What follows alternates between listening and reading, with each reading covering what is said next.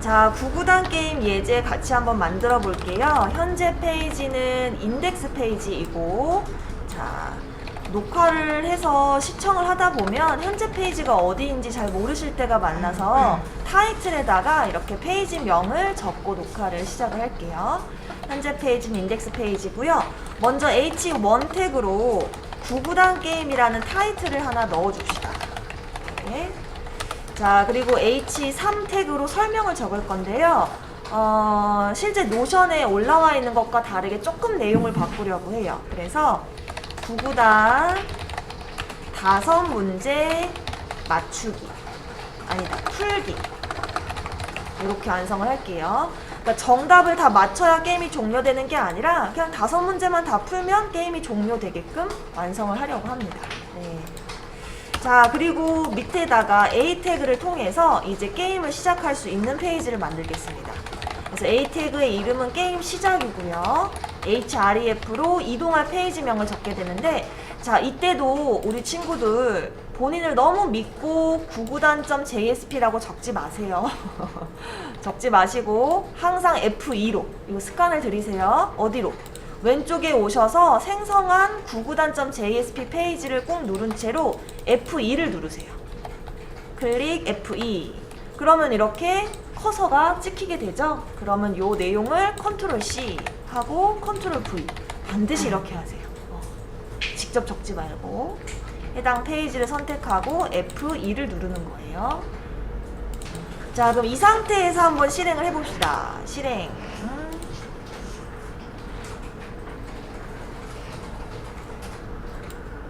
자, 이 상태에서 실행을 하면 이와 같은 페이지가 보이고 링크를 클릭했을 때 페이지가 전환되는 것까지 확인. 여러분들이 이 웹페이지를 만들다 보면 또 재미도 있고 집중이 되다 보니까 자꾸 코드를 처음부터 끝까지 계속 적게 돼요. 그러면 어느 시점에서 오류가 났는지 나중에 체크하기가 굉장히 힘들기 때문에 어느 정도 완성하고 실행, 어느 정도 완성하고 실행, 이렇게 계속 실행을 하면서 중간 점검을 반드시 하셔야 됩니다. 자, 그럼 이제 구구단 페이지로 가서 본격적으로 게임을 완성해 보겠습니다. 현재 페이지명은 구구단.jsp가 되겠습니다. 자, 모든 페이지의 헤드라인은 동일합니다. 그래서 인덱스로 가셔서 요 두 줄에 H1 구구단 게임과 구구단 5문제 풀기라는 헤더 내용을 복사해서 이렇게 완성을 해주세요. 자, 근데 지금 완성된 파일을 봤더니 몇 가지 재미난 요소가 있어요. 자, 첫 번째 무슨 요소가 있냐? 현재 게임이 5회 진행을 할 건데 몇 번째 게임인지 카운트를 세고 있고요. 두 번째, 게임을 맞춰서 정답, 스코어가 현재 얼마인지 확인하는 이런 형태로 되어 있습니다. 그래서 쌤은 어떻게 하려고 하냐면 먼저 게임 카운트를 하나 만들 거예요. 게임 카운트는 말 그대로 게임이 진행되는 횟수. 자, 그 다음에 스코어 카운트를 또 하나 만들 거예요. 스코어 카운트는 뭐냐면 정답을 맞춘 횟수예요. 그러면 정답을 맞춘 횟수에 곱하기 20을 해서 100점을 지정할 겁니다. 정답을 맞춘 횟수에. 그래서 현재 이 페이지의 필요 요소는 게임 카운트와 스코어 카운트가 되겠습니다. 설정을 하고 시작을 할게요. 어디서 넘겨받은 게 아니기 때문에 우리가 직접 자바 파일로 설정을 해주셔야 됩니다. 네. 그래서 자바 문법 영역을 지정해 주시고, 네. 먼저 인티저 게임 카운트는 0 설정해 주시고요. 또 인티저 스코어 카운트는 0 이렇게 지정을 하겠습니다. 자, 마지막으로 이 스코어 카운트를 토대로 저는 점수를 산정할 거기 때문에 스코어 변수까지 설정을 하도록 하겠습니다.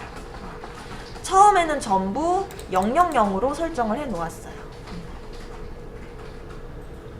자, 그리고 또 뭘 설정을 해야 되냐면 이미지 파일을 보시게 되면 문제가 출제되고 있는데 이 문제는 뭐 배열에 저장한 게 아니라 랜덤으로 계속 리로드 할 때마다 바뀌는 숫자예요.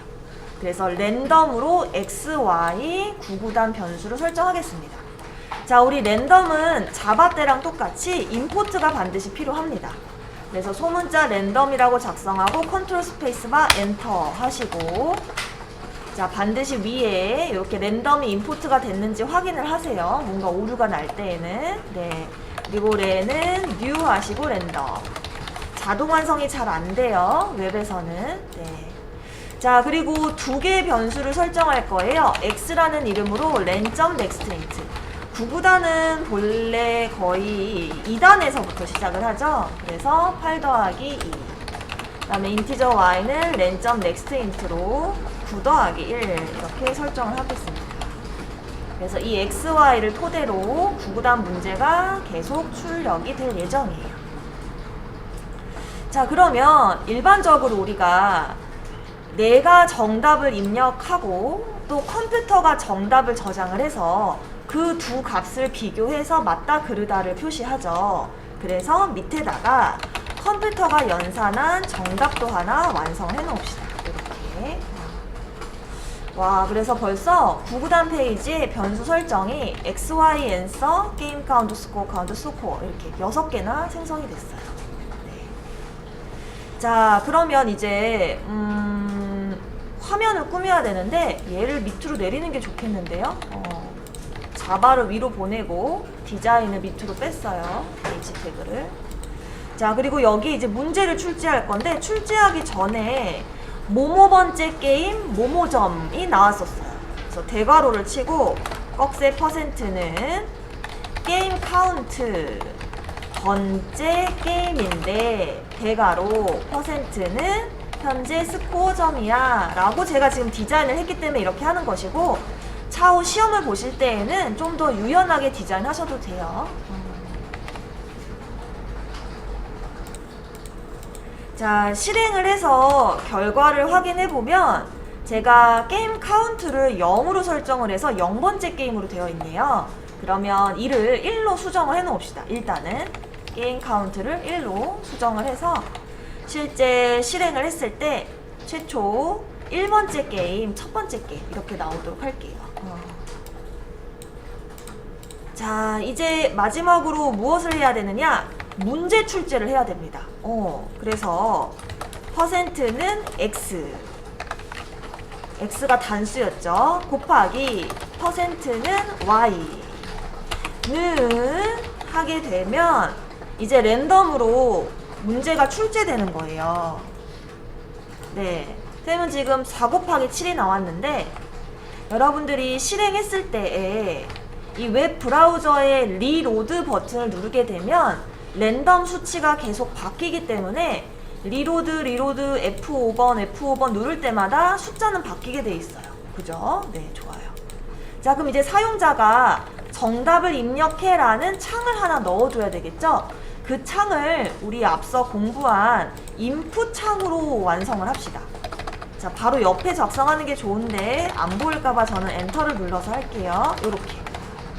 자, 그러면 얘도 다음 페이지로 넘어갈 때 이름을 지정해야 되는데 얘는 내 정답이에요. 그죠? 그래서 우리 이름을 myAnswer 이렇게 지정을 해보겠습니다. 자, 그러면 우리 자바 때와 다르게 웹은요, 현재 이 페이지에서 즉각 정답과 오답을 확인하기가 힘들어요. 그래서 여기서는 1차적으로 입력하는 페이지이고요.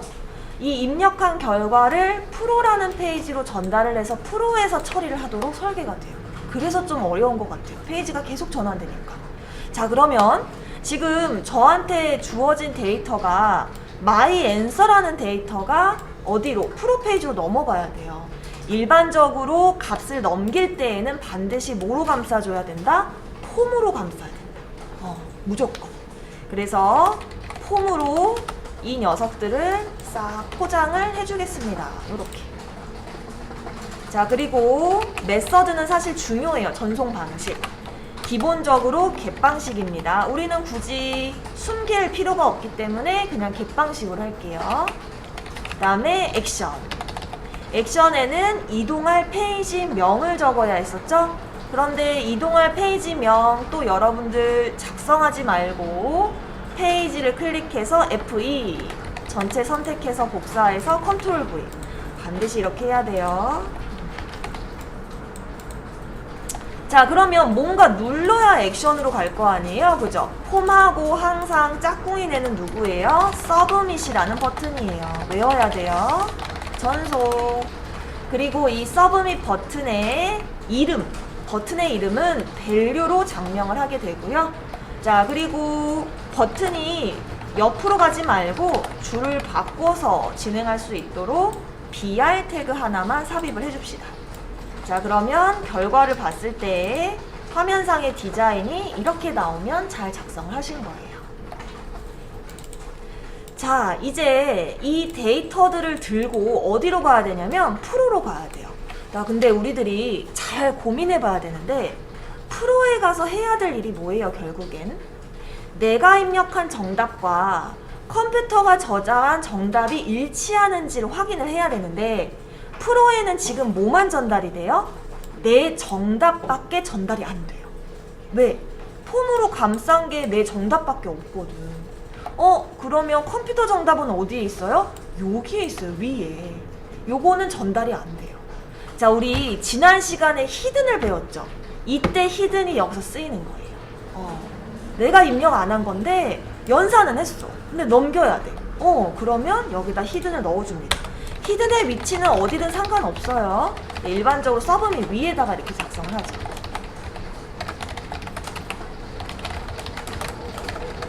자, 근데 히든으로 넘긴 애들은 항상 어때요? 반드시 네임과 밸류를 꼼꼼하게 명시해야 돼요. 조금만 화면을 줄이면 히든 태그 하나 추가를 해서 내 정답 그리고 컴퓨터가 연산한 정답을 다 넘기시면 되겠습니다. 자, 그러면 my answer와 answer만 넘기면 과연 되는 것일까를 또 생각해 봤더니 생각할 게 많아요. 게임이 되게 어려워요. 위에 봤더니 또 몇 가지 요소가 있네요. 게임 카운트가 있고요, 스코어 카운트가 있어요. 즉 게임 카운트는 프로로 가서 게임이 1회 진행됐으니 증가가 돼서 다시 되돌아와야 되고, 스코어 카운트는 my answer와 answer를 비교해서 정답을 맞췄으면 또 1 증가, 아니면 그대로 유지를 하기 위해서 얘도 전달해야 돼요. 전달할 게 이렇게 많다.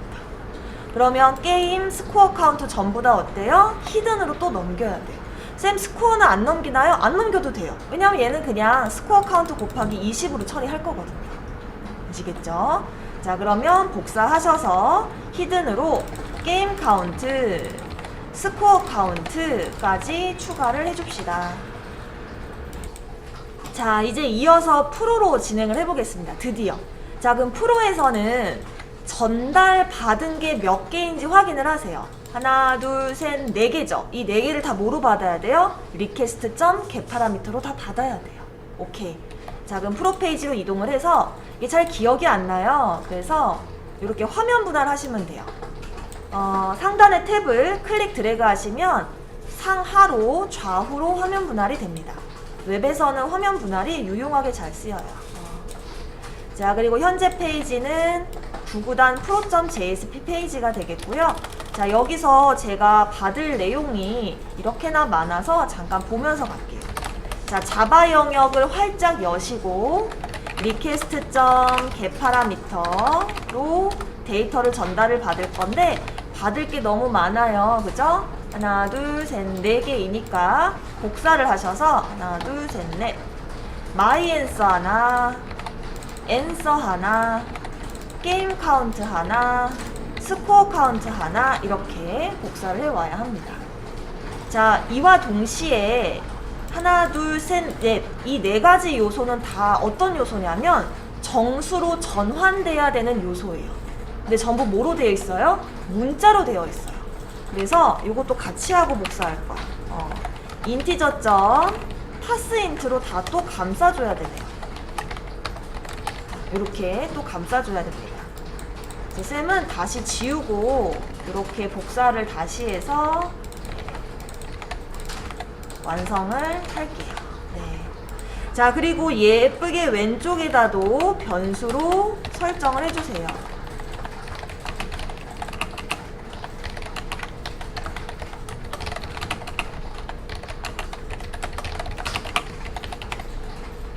자, 우리 친구들이 평소에 습관화해야 되는 것이 무엇이냐면 우리가 자바에서 system.out.println을 정말 많이 사용했었죠.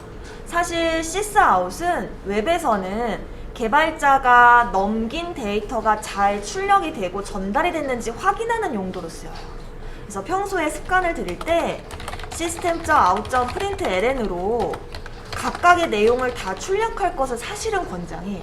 그래서 예를 들면 저는 어떤 식으로 습관을 들였냐면, 이런 변수가 여러 페이지에서 전달이 되다 보니까 항상 앞에 페이지명을 적어요. 이렇게. 그리고 뒤에다가 해당 변수가 무엇인지 이렇게 기록을 합니다.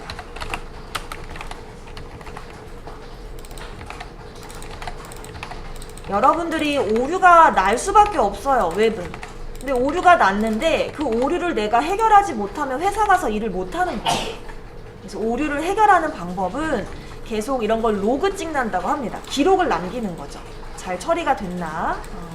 그래서 여기까지 완성이 되신 분들은 인덱스에서 실행을 시키고 구구단에서 입력을 해서, 자, 여기 프로까지 콘솔의 결과가 잘 나오는지 확인하고 그 다음 단계로 넘어가세요. 자, 아주 잘 따라오셨고요. 이제 할 일은요, 컴퓨터가 지정한 정답, 내 정답이 일치하는지 확인을 해서 스코어 카운트를 증가시키려고 합니다. 드디어. 네. 그래서 이제 화면을 원복시키고, 네. 여기는 구구단 프로 페이지입니다. if 컴퓨터가 저장한 answer와 내가 정답한 my answer가 같으면 스코어 카운트를 1 증가시키겠습니다. 이렇게. 자, 그리고 화면상에 정답일 때, 오답일 때, 게임이 종료됐을 때 이렇게 세 가지 결과 화면이 있었어요. 잠시 한번 기억을 상기시켜 볼게요. 잠시 한번 봅시다. 여기 보시게 되면 프로가 정답일 때, 오답일 때, 마지막으로 게임이 종료됐을 때 이렇게 상태 메시지가 총 3가지입니다. 그래서 쌤의 경우는 상태를 지정하는 변수를 하나 설정을 하려고 해요. 이렇게 스테이트 값을 0으로 설정을 하나 해볼게요. 자, 그리고서 이 스테이트 값이 1이면 정답을 맞춘 상황이고, 스테이트 값이 2이면 오답인 상황이고, 스테이트 값이 3이면 게임이 종료되는 상황으로 한번 연출을 해보겠습니다. 네. 이런 식으로 웹이나 자바에서는 정수형 타입으로 어떤 카테고리의 종류나 상태 메시지를 수치화해서 처리를 하곤 합니다. 네.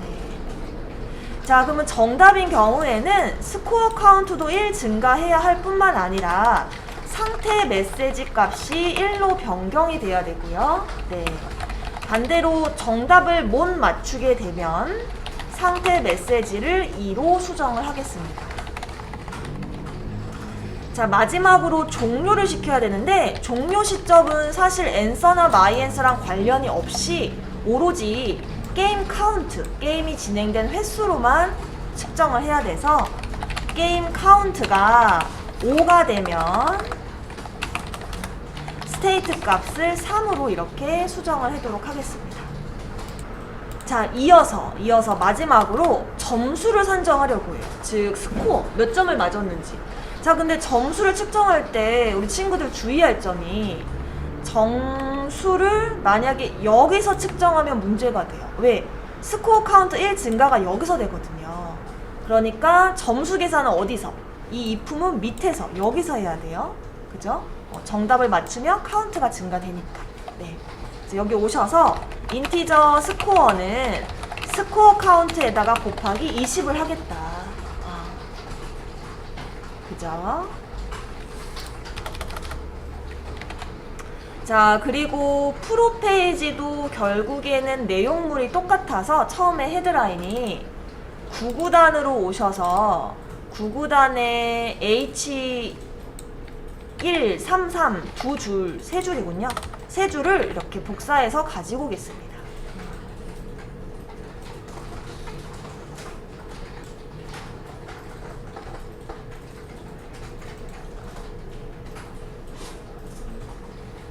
자, 이 상태에서 잠깐만 실행을 해볼게요. 우리 친구들 복사해 왔어요.